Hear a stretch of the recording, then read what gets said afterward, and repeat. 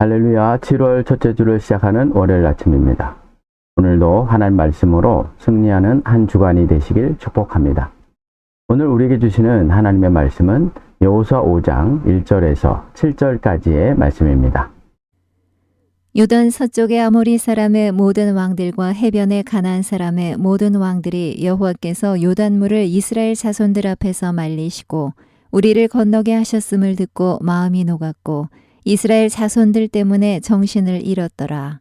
그때 여호와께서 여호수아에게 이르시되 너는 부싯돌로 칼을 만들어 이스라엘 자손들에게 다시 할례를 행하라 하시매 여호수아가 부싯돌로 칼을 만들어 할례산에서 이스라엘 자손들에게 할례를 행하니라. 여호수아가 할례를 시행한 까닭은 이것이니 애굽에서 나온 모든 백성 중 남자 곧 모든 군사는 애굽에서 나온 후 광야길에서 죽었는데 그 나온 백성은 다 할례를 받았으나 다만 애굽에서 나온 후 광야길에서 난 자는 할례를 받지 못하였음이라.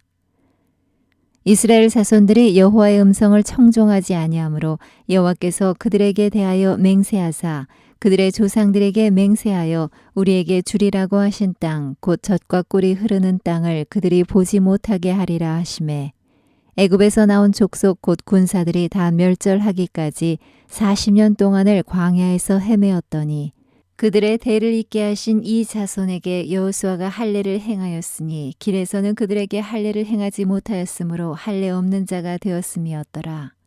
이스라엘 백성의 광야 40년의 삶은 하나님의 은혜에도 불구하고 어떤 의미에서 수치의 삶이었습니다. 그들은 하나님의 전적인 은혜로 애굽의 압제에서 자유의 몸이 되었지만 40년 동안 광야에서 참된 자유함을 누리지 못했기 때문입니다. 그 증거 중에 하나가 바로 출애굽 1세대의 모든 사람이 광야에서 죽음을 당한 것입니다. 그것도 출애굽의 지도자 모세 역시 가나안 땅을 눈앞에 두고 하나님 앞에 바위를 2번 치는 분노함으로 가나안 입성을 할 수 없게 된 것입니다. 하나님은 이런 이스라엘의 수치의 역사를 해결하기 위해 이스라엘 백성을 준비하게 하신 일에 대해 오늘 본문에서 말씀하고 계시는데 그 첫 번째가 무엇이냐고 하면 가나안 땅에 들어갈 길갈이라고 하는 곳에 진을 치자 그곳에서 할례를 행하라고 말씀하고 계시다는 사실입니다. 2절의 말씀입니다. 그때 여호와께서 여호수아에게 이르시되 너는 부싯돌로 칼을 만들어 이스라엘 자손들에게 다시 할례를 행하라 하시매 이스라엘 백성은 세상과 하나님의 언약의 기준이 되는 요단강을 하나님께서 보이신 강한 손의 능력을 통해 건넜습니다. 이스라엘 백성이 하나님의 능력을 직접 체험한 것입니다. 그런데 이와 같은 하나님의 능력 체험이 이스라엘 백성에게만 영향을 미친 것이 아니라 그 능력을 행함으로 소문을 들었던 가나안 땅에 거주하는 백성들의 마음이 어떻게 되었냐고 하면 1절에 보니까 그들이 정신을 잃었더라고 기록하고 있습니다. 전쟁을 전략적으로 볼 때 상대가 정신을 잃었다는 것은 그들이 이미 패한 것을 의미합니다. 이스라엘 백성이 가나안에 쳐들어가기만 하면 그들은 이스라엘 백성의 밥이 될 수밖에 없는 상황입니다. 그런데 하나님께서 이렇게 전략적으로 좋은 때에 이스라엘 백성에게 바로 가나안 땅을 취하라고 말씀하지 않고 어떤 말씀을 처음으로 하고 계시냐고 하면 길갈에서 할례를 행하라는 것입니다.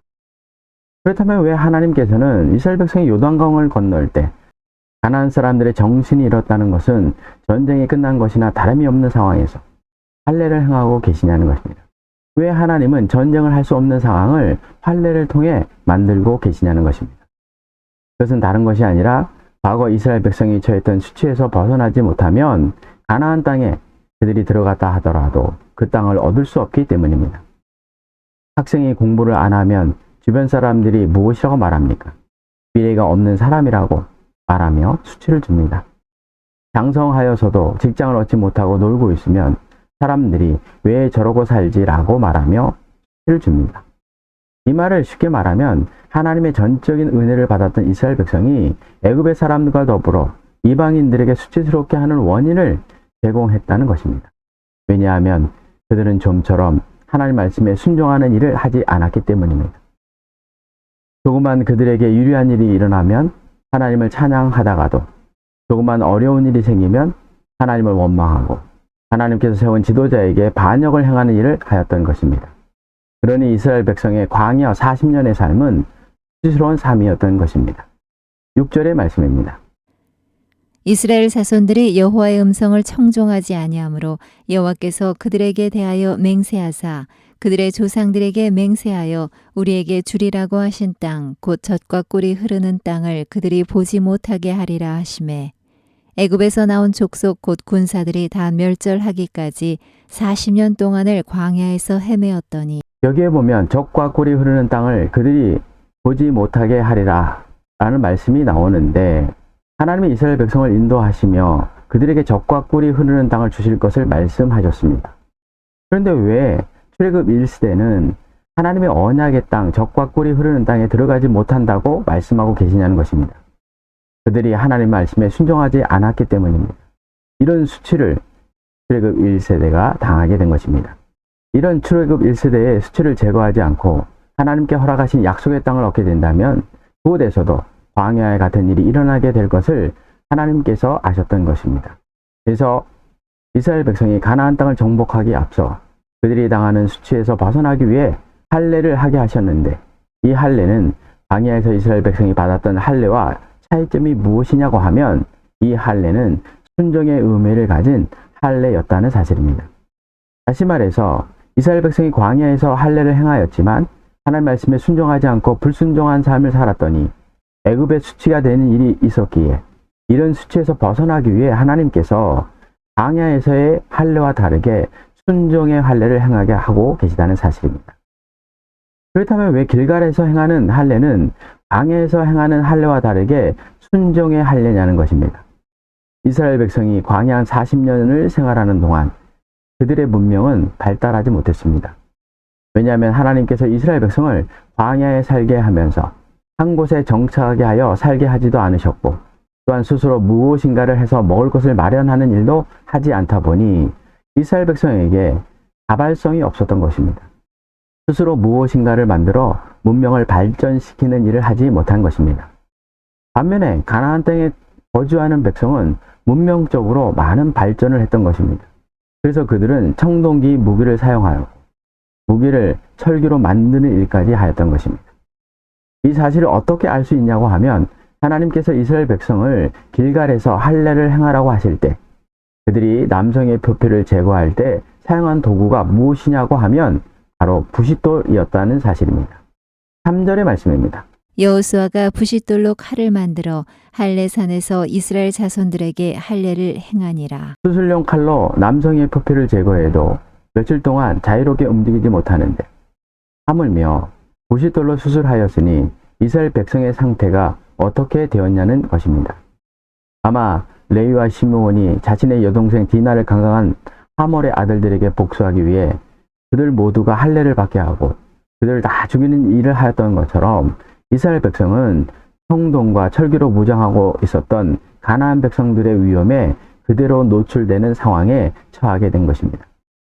그럼에도 불구하고 하나님께서 왜 이스라엘 백성 모두에게 할례를 행하게 하시고 계시냐는 것입니다.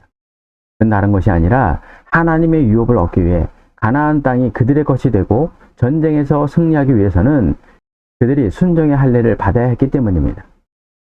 단순히 몸에 하나님의 백성의 상징인 할례를 받는 것을 넘어 이스라엘 백성의 마음에 하나님의 말씀을 떠나면 하나님의 백성의 축복을 받을 수 없다고 하는 마음의 할례, 순종의 할례를 이스라엘 백성이 받기를 원하셨던 것입니다. 그래서 이스라엘 백성이 철기로 무장하고 있는 가나안 백성에게 위험을 요청하는 할례를 하나님에 대한 말씀에 순종함으로 받게 하고 계시는 것입니다. 무슨 말입니까?